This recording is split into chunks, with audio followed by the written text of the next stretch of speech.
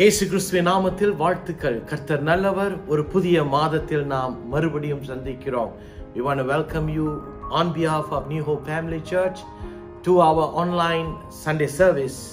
கர்த்தர் நல்லவராய் இருக்கிறார். இதோ ஒரு 5 மாதத்தை கடந்து 6வது மாதத்தில் நிற்கிறோம். இன்னும் ஒரு சில நாட்களில் நான் விசுவாசிக்கிறேன், சபைகள் திறக்கப்படும். நாம் எல்லாருமே சேர்ந்து தேவனை ஆராதிப்போம். அதில் எந்தவித சந்தேகம் இல்லை. கர்த்தர் நடத்தி கொண்டு இருக்கிறார். நேரத்தை எடுத்துக்கொள்ளாதபடிக்கு ஆராதனைக்குள்ள நாம் கடந்து போக இருக்கிறோம்.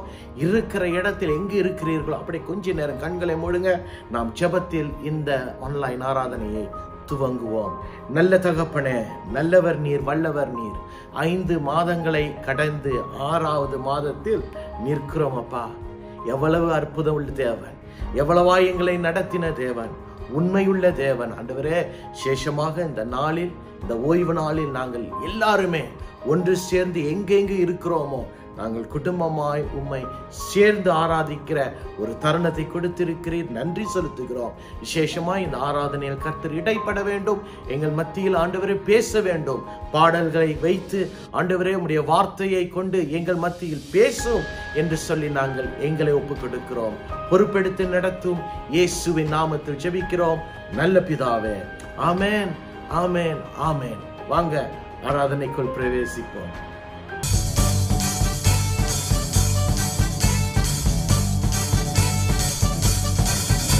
நன்றி ஆண்டவரே. சொல்லலாமா? பலவான என்னை மாற்றினவர், நீதிமான் என்று அழைக்கின்றவர். பலவான என்னை மாற்றினவர், நீதிமான் என்று அழைக்கின்றவர். எனக்காக யுத்தத்தை செய்கின்றவர், முன்னின்று சத்துருவை துரத்துபவர். எனக்காக யுத்தத்தை செய்கின்றவர், முன்னின்று சத்துருவை துரத்துபவர். இஸ்ரவேலின் மகிமையவர், இஸ்ரவேலின் மகிமையவர். யெஷூரன் எனக்காக யாவையும் செய்து முடிப்பவரே. யெஷூரன் எங்கள் துதிகளில் வாசம் செய்பவரே. மறுபடியுமாய் யெஷூரன் எனக்காக யாவையும் செய்து முடிப்பவரே. யெஷூரன் எங்கள் துதிகளில் வாசம் செய்பவரே. நீர் என் தாசன் என்றவரே, நான் உன்னை சிருஷ்டித்தேன் என்றவரே. நீர் என் தாசன் என்றவரே, ஆமாண்டவரே, சிருஷ்டித்தேன் என்றவரே. பாவங்கள் யாவையும் மன்னித்தீரே, என் சாபங்கள் யாவையும் நீக்கினீரே. பாவங்கள் யாவையும் மன்னித்தீரே, என் சாபங்கள் யாவையும் நீக்கினீரே. மீட்டு கொண்டேன் என்றீரே, மீட்டு கொண்டேன் என்றீரே. யெஷூரன் எனக்காக யாவையும் செய்து முடிப்பவரே. யெஷூரன் எங்கள் துதிகளில் வாசம் செய்பவரே. சொல்லுங்க, சொல்லுங்க, சொல்லுங்க. யெஷூரன் எனக்காக யாவையும் செய்து முடிப்பவரே.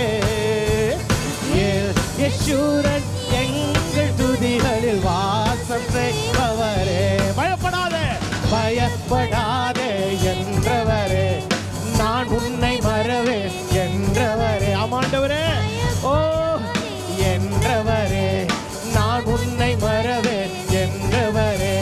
சந்ததி மேல் உன் ஆவியையும், சந்தானத்தின் மேல் ஆசியையும். சந்ததி மேல் உன் ஆவியையும், சந்தானத்தின் மேல் ஆசியையும் ஊற்றி ஊற்றி நிறைத்தவரே, ஊற்றி ஊற்றி நிறைத்தவரே. யெஷூரன் எனக்காக யாவையும் செய்து முடிப்பவரே. யெஷூரன் எங்கள் நடுவினில் வாசம் செய்பவரே. சொல்லுங்க, சொல்லுங்க, சொல்லுங்க. யெஷூரன் எனக்காக யாவையும் செய்து முடிப்பவரே. யெஷூரன் எங்கள் துதிகளில் வாசம் செய்பவர். யெஷூரன், யெஷூரன் எனக்காக யாவையும் செய்து முடிப்பவரே. யேசூரன் எங்கள் துதிகளில் வாசம் செய்பவரே. ஆமென்.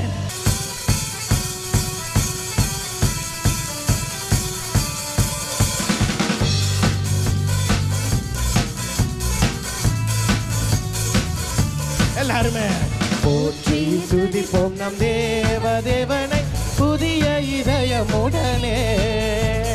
போற்றி துதிப்போம் என் தேவனை புதிய இதயமுடனே.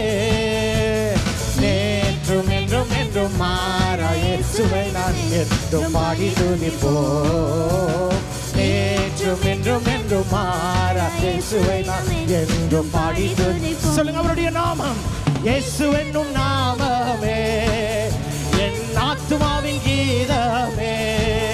என் நேசர் இயேசுவை நான் என்றும் போற்றி மகிழ்ந்திடுவேன்.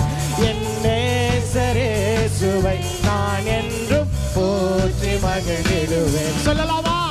கோர பயங்கரமான புயலில் கொடிய அலையின் மத்தியில் மறுபடியும் கோர பயங்கரமான புயலில் கொடிய அலையின் மத்தியில் காக்கும் கரம் கொண்டு சேர்த்தனைத்த அன்பை என்றும் பாடுவேன். காக்கும் கரம் கொண்டு சேர்த்தனைத்த அன்பை என்றும் பாடுவேன். அவருடைய நாமம் இயேசு என்னும் நாமமே என் ஆத்துமாவின் கீதமே. என் நேசர் இயேசுவை நான் என்றும் போற்றி மகிழ்ந்திடுவேன். என் நேசர் இயேசுவை நான் என்றும் போற்றி மகிழ்ந்திடுவேன். யோர்தான் நதி போன்ற சோதனையிலும் சோர்ந்தமிழ்ந்து மாளாதே. யோர்தான் நதி போன்ற சோதனையிலும் சோர்ந்தமிழ்ந்து மாளாதே. ஆர்ப்பின் ஜெயத்தோணியோடு பாதுகாத்த அன்பை என்றும் பாடுவேன். ஆர்ப்பின் ஜெயத்தோணியோடு பாதுகாத்த அன்பை என்றும் பாடுவேன். எல்லாருமே சொல்லலாமா? இயேசு என்னும் நாமமே என் ஆத்துமாவின் கீதமே. சொல்லுங்க மறுபடியுமா? இயேசுவே இயேசு என்னும் நாமமே என் ஆத்துமாவின் கீதமே. என் நேசர் இயேசுவை நான் என்றும் போற்றி மகிழ்ந்திடுவேன். என் நேசர் இயேசுவை நான் என்றும் போற்றி மகிழ்ந்திடுவேன். நேசர் என் நேசர் இயேசுவை நான் என்றும் போற்றி மகிழ்ந்திடுவேன். சொல்லுங்க கடைசியாய் என் நேசர் இயேசுவை நான் என்றும் போற்றி மகிழ்ந்திடுவேன். ஆமென். உயிருள்ள திருபலியா உடலை படைக்கின்றேன். உள்ளம் தந்து விட்டேன். உயிருள்ள திருபலியா உடலை படைக்கின்றேன். உள்ளம் தந்து விட்டேன். தகப்பனே தந்து விட்டேன். தங்கிவிடும் நிரந்தரமாய். தகப்பனே தந்து விட்டேன். தங்கிவிடும் நிரந்தரமாய். உயிருள்ள திருபலியாய் உடலை படைக்கின்றேன். சொல்லுங்க அவரை பார்த்து. உள்ளம் தந்து விட்டேன். உலக போக்கில் நடப்பதில்லை. ஒத்த வேஷம் தரிப்பதில்லை. உலக போக்கில் நடப்பதில்லை. ஒத்த வேஷம் தரிப்பதில்லை. அப்பா என் மனம் புதிதாக வேண்டும். திருச்சித்தம் புரிந்து வாழ வேண்டும். என் மனம் புதிதாக வேண்டும். திருச்சித்தம் புரிந்து வாழ வேண்டும். தகப்பனே தகப்பனே தந்து விட்டேன். தங்கிவிடும் நிரந்தரமாய். தகப்பனே தந்து விட்டேன். தங்கிவிடும் நிரந்தரமாய். உயிர் உயிருள்ள திருவழியா உடலை படைக்கின்றேன், உள்ளம் தந்து விட்டு. சொல்லுங்க மறுபடியுமா. உயிருள்ள திருவழியா உடலை படைக்கின்றேன், உள்ளம் தந்து விட்டு. உள்ளத்தின் நினைவுகள் உமக்கு அது உகந்தனவாயிருப்பதாக. உள்ளத்தின் நினைவுகள் உமக்கு உகந்தனவாயிருப்பதாக. நாவின் சொற்கள் எல்லாம் ஏற்றனவாய் இருப்பதாக. நாவின் சொற்கள் எல்லாம் ஏற்றனவாய். எல்லாருமே சேர்ந்து சொல்லலாமா. தகப்பனே தந்து விட்டு தங்கிவிடும் நிரந்தரமாய். தகப்பனே தந்து விட்டு தங்கிவிடும் நிரந்தரமாய்.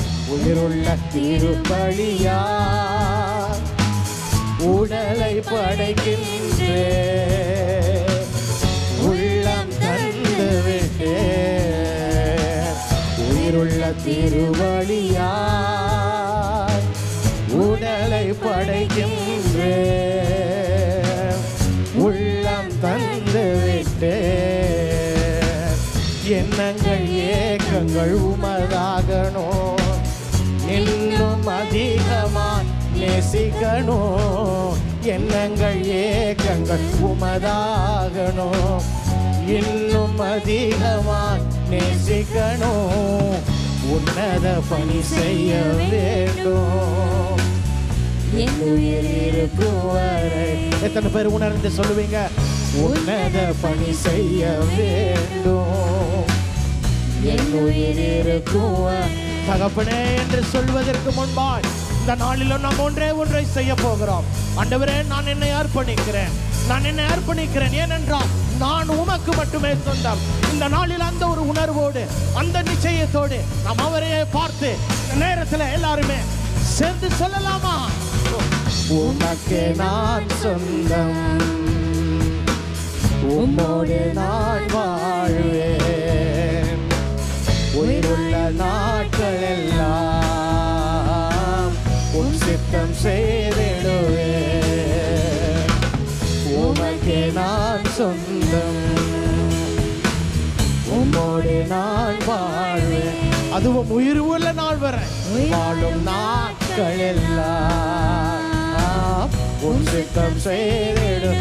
தகப்பனே தகப்பனே தந்து விட்டு தங்கிவிடும் நிரந்தரமாய். தகப்பனே தந்து விட்டு தங்கிவிடும் சொல்லுங்க சொல்லுங்க. தகப்பனே தகப்பனே தந்து விட்டு தங்கிவிடும் நிரந்தரமாய். தகப்பனே தந்து விட்டு தங்கிவிடும் நிரந்தரமாய். உயிருள்ள திருப்பலியாய் சொல்லுங்க. உடலை படைக்கின்றேன். அது மட்டுமல்ல ஆண்டவரே, உள்ளம் தந்து விட்டேன். உடைந்த பாத்திரம் நான், அது உனக்கே தெரியும். தேவன் பயன்படுத்துகிறீர், இது யாருக்கு புரியும்?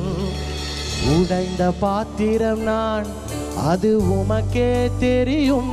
தேவன் பயன்படுத்துகிறீர், இது யாருக்கு புரியும்? உதவாத என்னில் நீர் உறவானே, நீங்க எல்லாம் என் உலகம் விழிக்காதே. உதவாத என்னில் நீர் உறவானே, நீங்க எல்லாம் என் உலகம் விழிக்காதே. நீங்க எல்லாம் என் உலகம் விழிக்காதே. நீங்க எல்லாமைய உலகம் விழிக்காதே. சொல்லுங்க. தேவகுமாரா தேவகுமாரா என்ன நினைச்சிடுங்க. தேவகுமாரா தேவகுமாரா கொஞ்சம் நினைச்சிடுங்க. தேவகுமாரா தேவகுமாரா என்ன நினைச்சிடுங்க. தேவகுமாரா தேவகுமாரா கொஞ்சம் நினைச்சிடுங்க. உம்மை மறந்து வாழ்ந்தவன் தான் அது உமக்கே தெரியும். உம்மை மறுதளித்தவன் தான் இதை உலகே அறியும். உம்மை மறந்து வாழ்ந்தவன் நான் அது உமக்கே தெரியும். உம்மை மறுதளித்தவன் நான் இதை உலகே அறியும். உதவாத என்னில் நீர் உறவானே. நீங்க எல்லாமே என் பொழுது விடியாதே. உதவாத என்னில் நீர் உறவானே. நீங்க எல்லாமே என் பொழுது விடியாதே. நீங்க எல்லாமே என் பொழுது விடியாதே. நீங்க எல்லாமே என் பொழுது விடியாதே. தேவகுமாரா தேவகுமாரா கொஞ்சம் நினைச்சிடுங்க. தேவகுமாரா தேவகுமாரா கொஞ்சம் நினைச்சிடுங்க. சொல்லுங்க மறுபடியும்.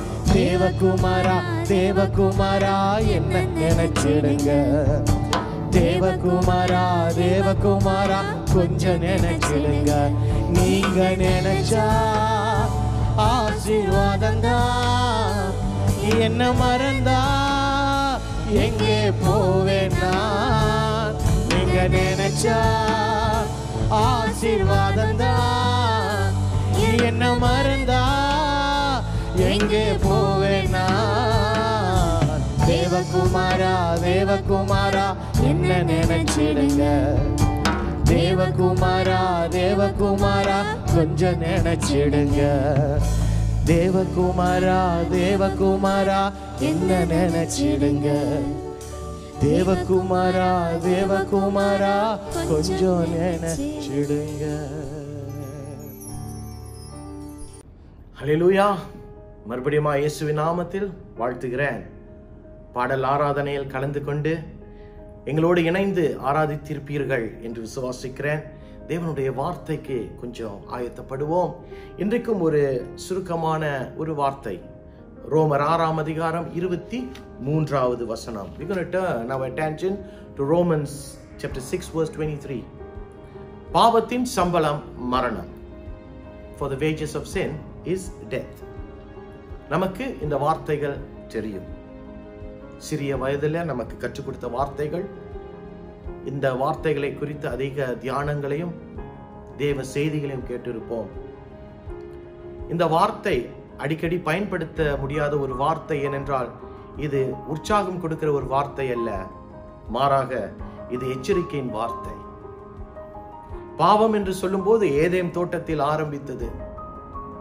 வேதத்தை பார்க்கும் போது அதற்கு பின்பாய் மனிதன் பாவத்தில் விழுந்து விழுந்து விழுந்து இந்த நாட்களிலும் பாவம் பெருகி இருக்கிறது. தேவனுடைய பார்வையில சின்ன பாவம் பெரிய பாவம் என்று அப்படிப்பட்டதெல்லாம் கிடையாது. பாவம் பாவமே. நம்முடைய பழைய வாழ்க்கையை கொஞ்சம் பின்பே பார்ப்போம் என்று சொன்னால் அதுவும் பாவம் நிறைந்த வாழ்க்கை தான். செயலில் பாவம், சிந்தையில பாவம், பேச்சில் பாவம், திட்டங்கள் பாவம். இப்படியாய் நாம் வாழ்ந்த வாழ்க்கையை கொஞ்சம் யோசித்து பார்க்கலாம். பாவத்துக்குள் அதிகமாய் பிரவேசித்ததுனால நல்லது எது கெட்டது எது என்று கூட நமக்கு தெரியாமல் வாழ்ந்தோம். பவுலுடைய வாழ்க்கையை பார்ப்போமே. அவன் சவுலாய் இருந்த போது கிறிஸ்தவர்களை சிறையில் அடைப்பது தமக்கு சரி என்று நினைத்து செய்தான். என்றைக்கு டமஸ்கஸ் பாதையில இயேசு அவனை சந்தித்தாரோ, என்றைக்கு அவனுடைய வாழ்க்கையை தேவனுக்கு என்று கொடுத்தானோ, என்றைக்கு பாவத்தை அறிக்கையிட்டு ஞானஸ்தானம் பெற்று தேவனுடைய மகனாய் மாறினானோ, என்றைக்கு அப்படியாய் ஒரு முடிவெடுத்தானோ, கர்த்தர் அந்த முடிவை கனப்படுத்தி அவன் வாழ்க்கையை ஆசீர்வதித்தார் என்பதை நாம் எல்லாரும் அறிந்திருப்போம். சில நேரங்களில் பார்க்கும்போது தேவனை அறிந்தும் வழி தவறி பின்வாங்கி போனவர்களை நாம் பார்த்திருக்க கூடும்.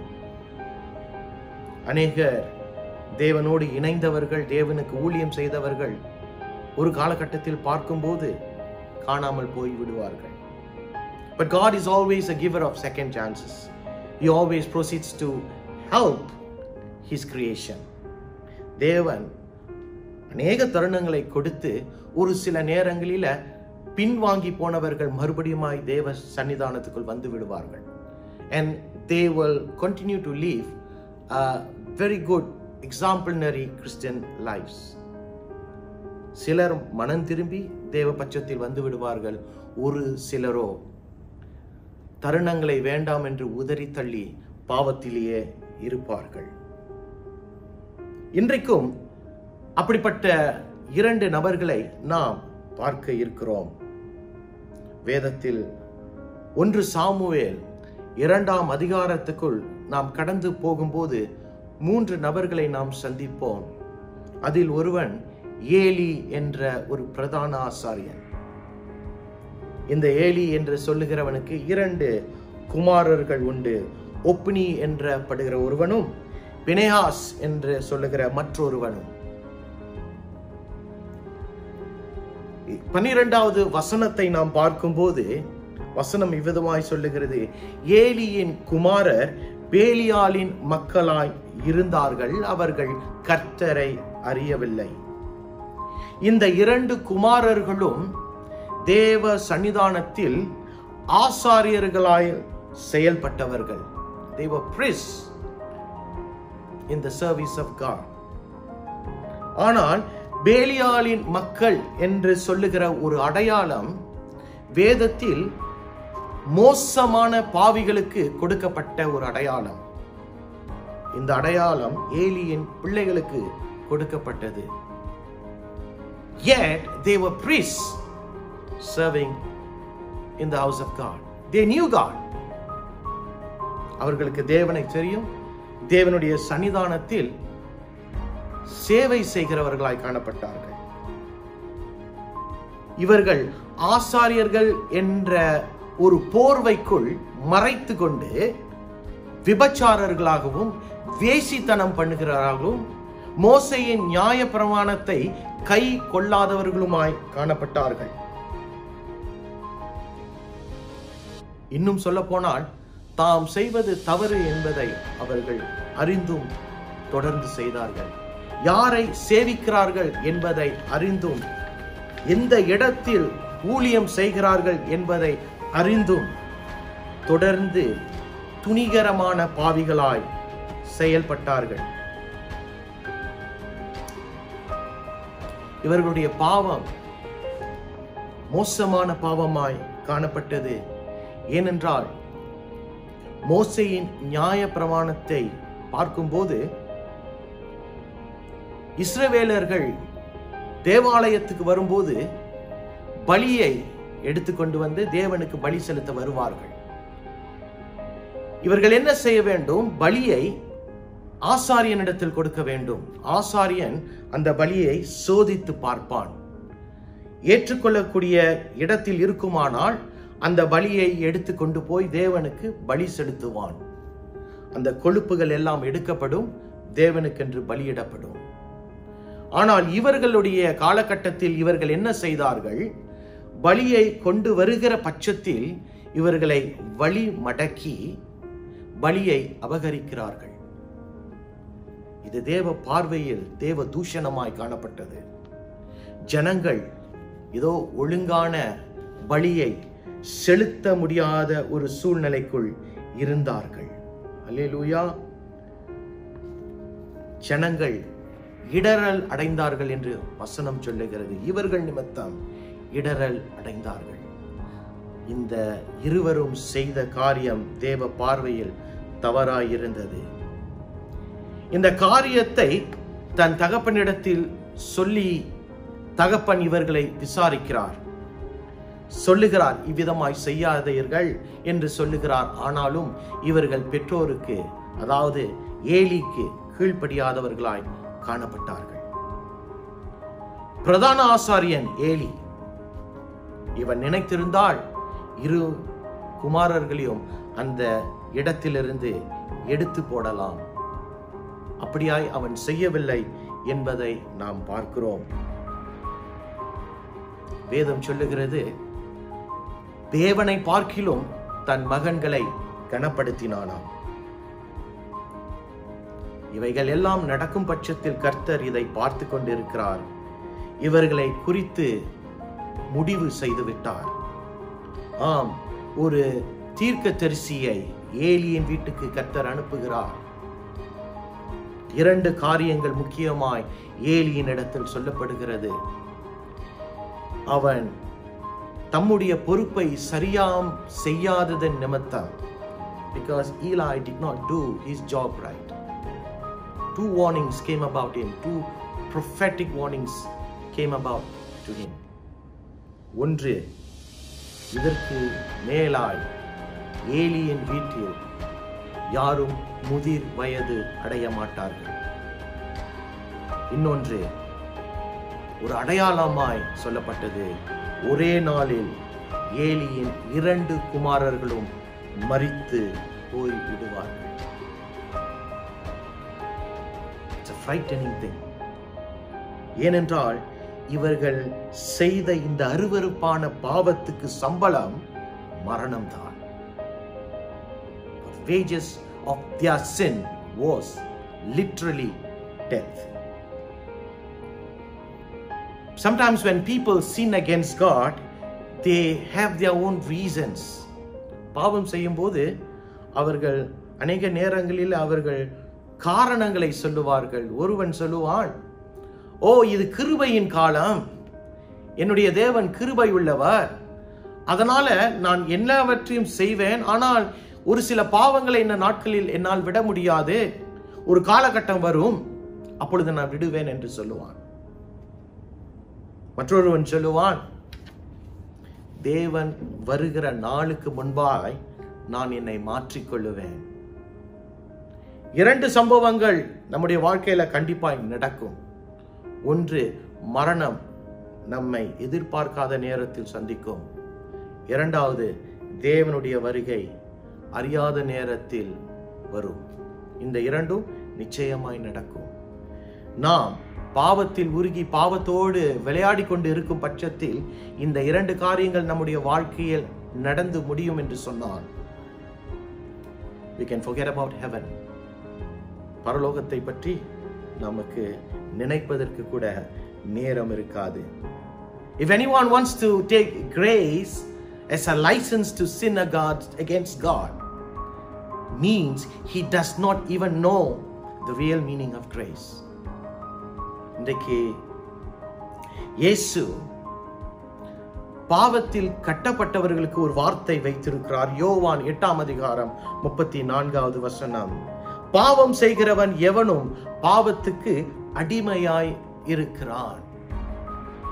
இன்றைக்கு கர்த்தர் நம்மை ஒரு அடிமைத்தனமான வாழ்க்கைக்கு நம்மை அழைக்கவில்லை, மாறாக ஒரு விடுதலையின் வாழ்க்கை. அந்த விடுதலையின் வாழ்க்கை கர்த்தருக்குள்ளதான் கிடைக்கும். பாவ வாழ்க்கைக்குள்ள நமக்கு விடுதலை கிடைக்காது. இன்றைக்கு ஒரு விடுதலையின் வாழ்க்கைக்குள் கர்த்தர் நம்மை கொண்டு போக விரும்புகிறார். நாமோ இந்த பாவத்தில் உருகி கிடக்கிறோம்.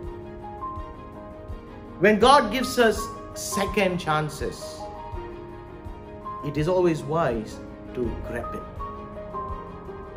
தாவீதுக்கு 2வது தருணம் கொடுக்கப்படும் போது அவன் அதை ஏற்றுக்கொண்டான். பாத்ஷிபாவினிடத்துல அவன் ஒரு தவறான காரியத்தை செய்தான். கர்த்தருடைய பார்வையில அது அருவருப்பாய் காணப்பட்டது. நாத்தான் தீர்க்கதரிசி அவனிடத்தில் போய் சொல்லுகிறான், நீர்தான் அவன், நீதான் அந்த பாவத்தை செய்தாய் என்று சொல்லும் போது அவன் அந்த பாவத்தை ஏற்றுக்கொண்டான். தான் பாவம் செய்தான் என்று சொல்லி அறிக்கையிட்டான். ஆனால் அதனுடைய விளைவுகள், அந்த விளைவுகளை அவன் சந்தித்தே ஆக வேண்டும். People, there are consequences at times when we sin against God. God is always ever ready to forgive our sins and to accept us as his children, but the consequences has to be faced by you. இன்றைக்கு இந்த சம்பவத்திலிருந்து நாம் எதை கற்றுக்கொள்ளலாம்? What can we learn from this lesson? 3 things, 3 காரியங்களை உங்களுக்கு முன்பாய் வைத்து நான் முடிக்க ஆசைப்படுகிறேன். 1, hypocrisy is detestable in the eyes of God. மாயமாலம் செய்கிற யாராய் இருந்தாலும் கர்த்தருடைய பார்வையில் அது ஒரு அருவருப்பான காரியம். எஸ், மாயமாலம், அதாவது சபைக்கு நாம் எல்லாருமே வருகிறோம். ஞாயிற்றுக்கிழமை நல்லா தேவனை துதிக்கிறவர்களாகவும் கரங்களை தூக்கி பரலோகத்துக்கு நேராய் பார்த்து பாடுகிறவர்களாகவும் அந்நிய பாஷை பேசுகிறவர்களும் வரங்களில் செயல்படுகிறவர்களாகவும் தேவனுடைய வார்த்தையை கேட்கிறவர்களாகவும், ஐயோ இவர்களை பார்க்கும் போது இயேசு வரும்போது இவர்கள் அடுத்த தருணம் automatically they will be up there என்று சொல்லுகிற அளவுக்கு சபையில ஜனங்களை நாம் பார்க்கலாம். திங்கட்கிழமையிலிருந்து சனிக்கிழமை வரைக்கும் நம்முடைய வாழ்க்கை எவ்விதமாய் இருக்கிறது? கொஞ்சம் யோசித்து பார்க்கணும். It is so important that we have a fixed life in God.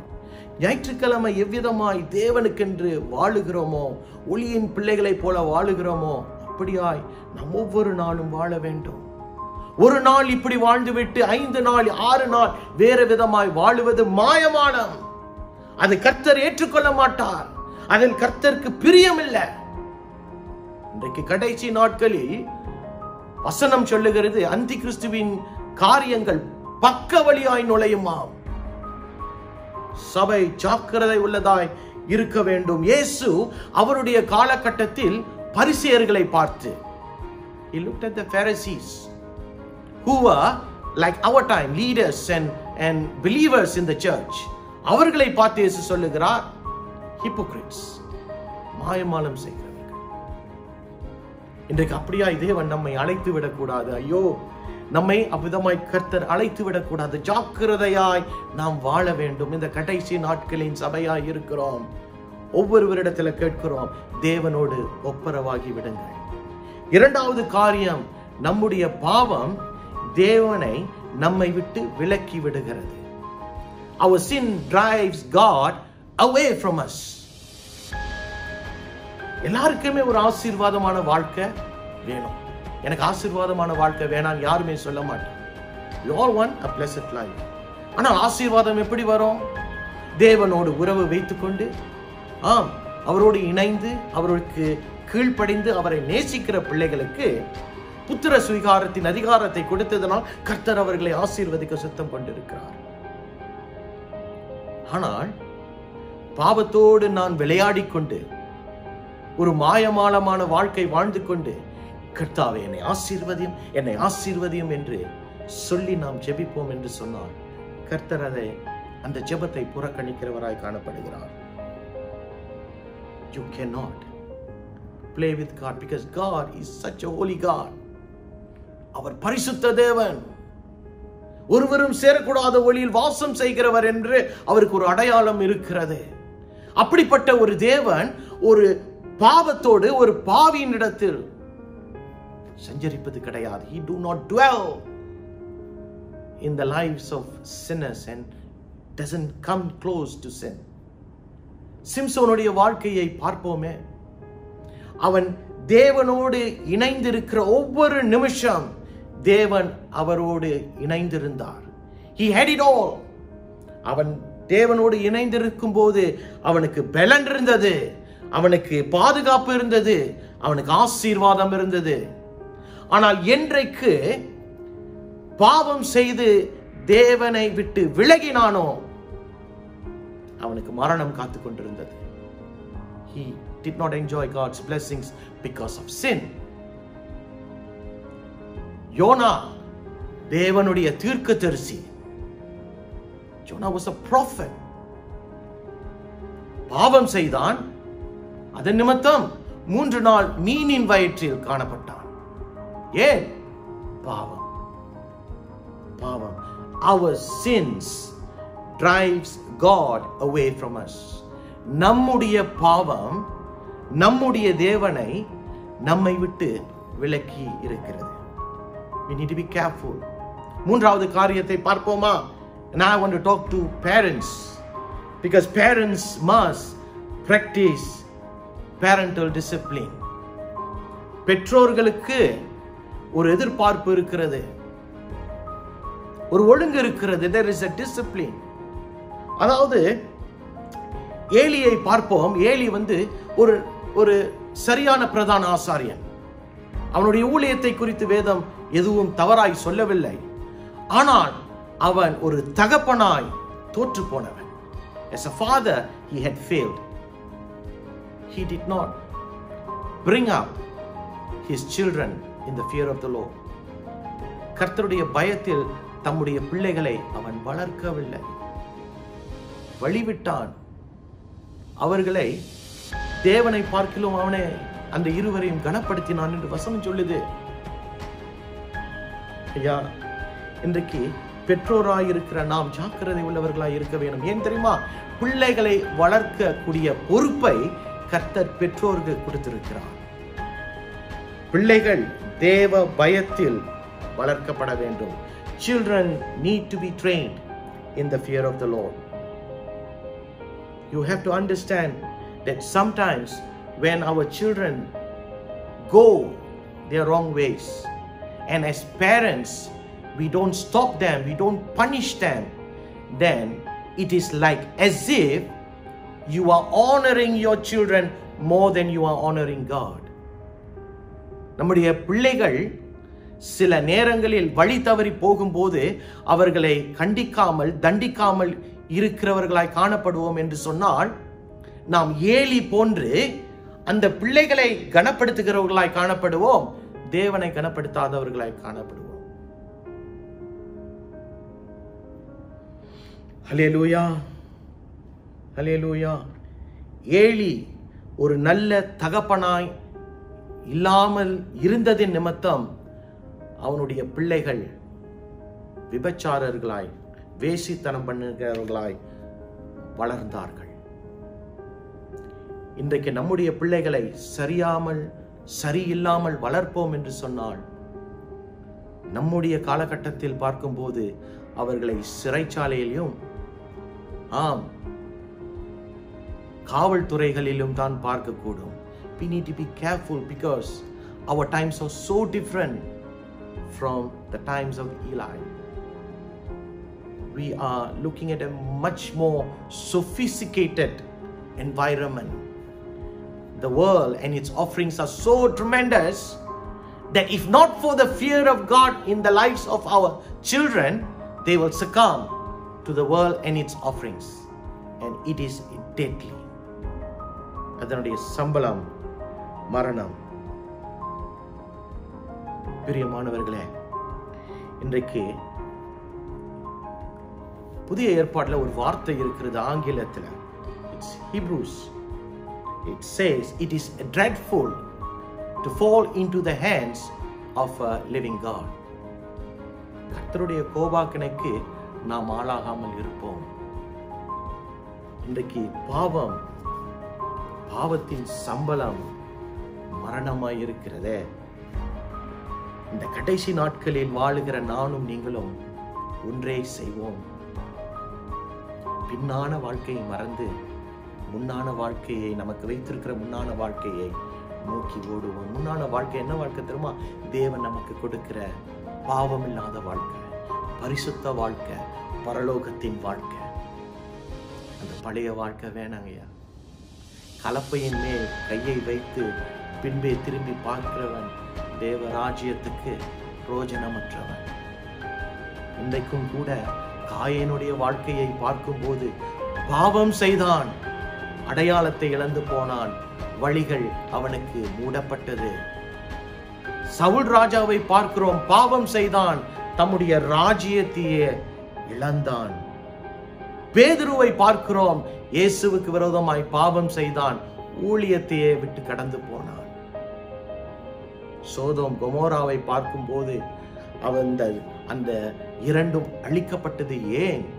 பாவம். இன்னைக்கு பாவத்தின் சம்பளம் மரணம். மரணம் என்று சொல்லும் பொழுது எதில் மரணம்? நம்முடைய குடும்ப வாழ்க்கையில் மரணம். It's a spiritual death in our relationships. நம்முடைய ஊழியங்களில் மரணம், நம்முடைய ஆசீர்வாதங்களில் மரணம், நம்முடைய வேலைகளில் உயர்வு இருக்காது, மரணம். நம்முடைய பள்ளிக்கூடங்களில் நமக்கு ஆசீர்வாதம் இருக்காது, மரணம். Spiritual death awaits everyone who sins against God. இந்த கடைசி நாட்களில் வாழுகிற நானும் நீங்களும் ஒப்பு கொடுத்து ஒரு பரிசுத்த வாழ்க்கையை வாழுவோமே. பாவ வாழ்க்கை வேணாம் என்று உதறி தள்ளுவோம். After this lockdown, I have sensed so strongly that the church will come out in a different way, more power impacted church. I believe that it's going to rise, and I'm going to close with one verse that's in the Bible. இப்படியாய் சொல்லுகிறது, you used to be people living in the dark. நீங்கள் இருளில் வாழுகிற பிள்ளைகளாய் இருந்தீர்கள், but now you are people of the light. இப்பொழுதோ நீங்கள் வெளிச்சத்தின் பிள்ளைகளாய் இருக்கிறீர்கள், because you belong to the Lord. ஏனென்றால் நீங்கள் தேவனுக்குரியவர்கள். So act like people of the light. அதனால் வெளிச்சத்தின் பிள்ளைகளை போல் வாழுங்கள் என்று வசனம் சொல்லுகிறது. And I encourage you today, God's blessing is just ready made available for each and every one who wants God. இன்றைக்கு பாவ வாழ்க்கை வேணாம், உதறி தள்ளிவிடுவோம் என்று பரிசுத்த வாழ்க்கையை நோக்கி ஓடுகிற யாராய் இருந்தாலும் தேவன் ஆசீர்வதிக்க தயாராய் இருக்கிறார். இன்றைக்கு இந்த வார்த்தையை கை கொள்ளுங்கள். தேவன் உங்கள் மத்தியில் நிச்சயம் பேசி இருக்கிறார் என்பதை நான் விசுவாசிக்கிறேன். தொடர்ந்து தேவனை நோக்கி ஒரு பரிசுத்த வாழ்க்கையை நோக்கி ஓடுவோம். கர்த்தர் நம்மை ஆசீர்வதிப்பார். ஜெபிப்போமா? நல்ல ஆண்டவரே, ஸ்தோத்திரிக்கிறோம். இந்த வார்த்தையை கொடுத்து நம்முடைய பிள்ளைகளை உற்சாகப்படுத்துகிறது மட்டுமில்ல, ஆமாண்டவரை எச்சரிக்கைப்படுத்துகிற தேவனாய் இருக்கிறேன். இன்றைக்கு பாவத்தின் சம்பளம் மரணம்.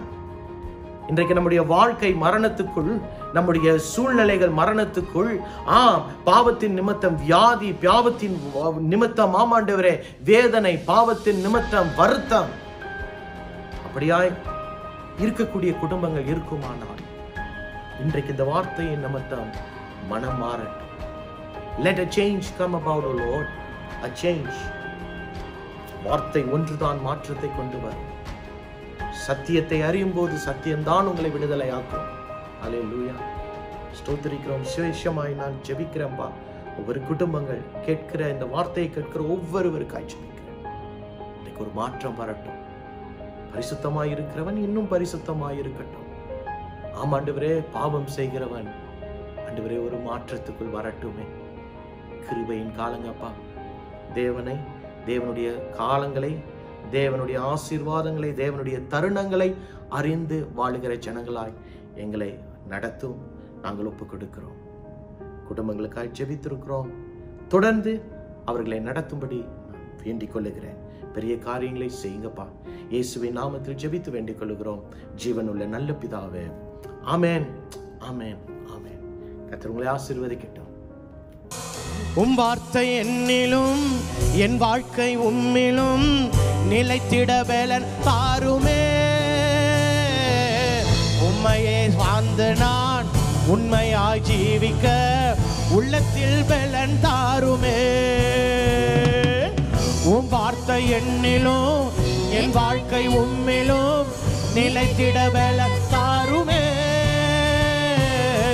உம்மையே சார்ந்து நான் உண்மையாய் ஜீவிக்க உள்ளத்தில் பலன் தாருமே.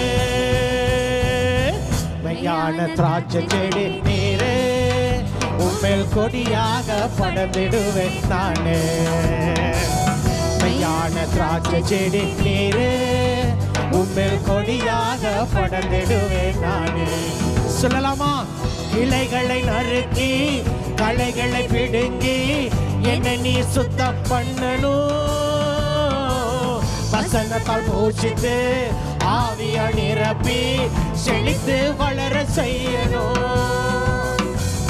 கிளைகளை நறுக்கி களைகளை பிடுங்கி என்னை நீ சுத்தம் பண்ணணும். வசனத்தால் போஷித்து ஆவியா நிரப்பி செழித்து வளர செய்யணும். மெய்யான திராட்சை செடி நீரே, உம்மேல் கொடியாக படர்ந்திடுவேன் நானே. மெய்யான திராட்சை செடி நீரே, உம்மேல் கொடியாக படர்ந்திடுவேன். உணர்ந்து சொல்லலாமா? கனிகளை தேடி தோட்டத்து எஜமான் வருகின்ற நாளிலே, விழுந்த பலன் கண்டு என்னில் மகிழ்ந்து அனைத்து முத்தம் செய்யணும். கனிகளை தேடி தோட்டத்து எஜமான் வருகின்ற நாளிலே, விழுந்த பலன் கண்டு என்னில் மகிழ்ந்து அனைத்து முத்தம் செய்யணும். மெய்யான திராட்சை செடி நீரே, உம்மேல் கொடியாக படர்ந்திடுவேன் நானே. மெய்யான திராட்சை செடி நீரே, உம்மேல் கொடியாக படர்ந்திடுவேன். சொல்லுங்க மறுபடியும் மறுபடியும். மெய்யான திராட்சை செடி நீரே, உம்மேல் கொடியாக படர்ந்திடுவேன். கடைசியாய் சொல்லலாமா? மெய்யான திராட்சை செடி நீரே, உம்மேல் கொடியாக படர்ந்திடுவேன் நானே. உம்மேல் கொடியாக படர்ந்திடுவேன் நானே. உம்மேல் கொடியாக படர்ந்திடுவேன் நானே. Amen. And we have come to a closure of this service. ஆராதனை முடிவுக்கு வந்துவிட்டோம். இன்றைக்கும் வார்த்தைகள் உங்களிடத்தில் பேசியிருக்கும். ஒரு மாற்றத்துக்குள் நீங்கள் வருவீர்கள், உங்களை ஒப்பு கொடுத்திருப்பீர்கள் என்று நான் அதிகமாய் நம்புகிறேன்.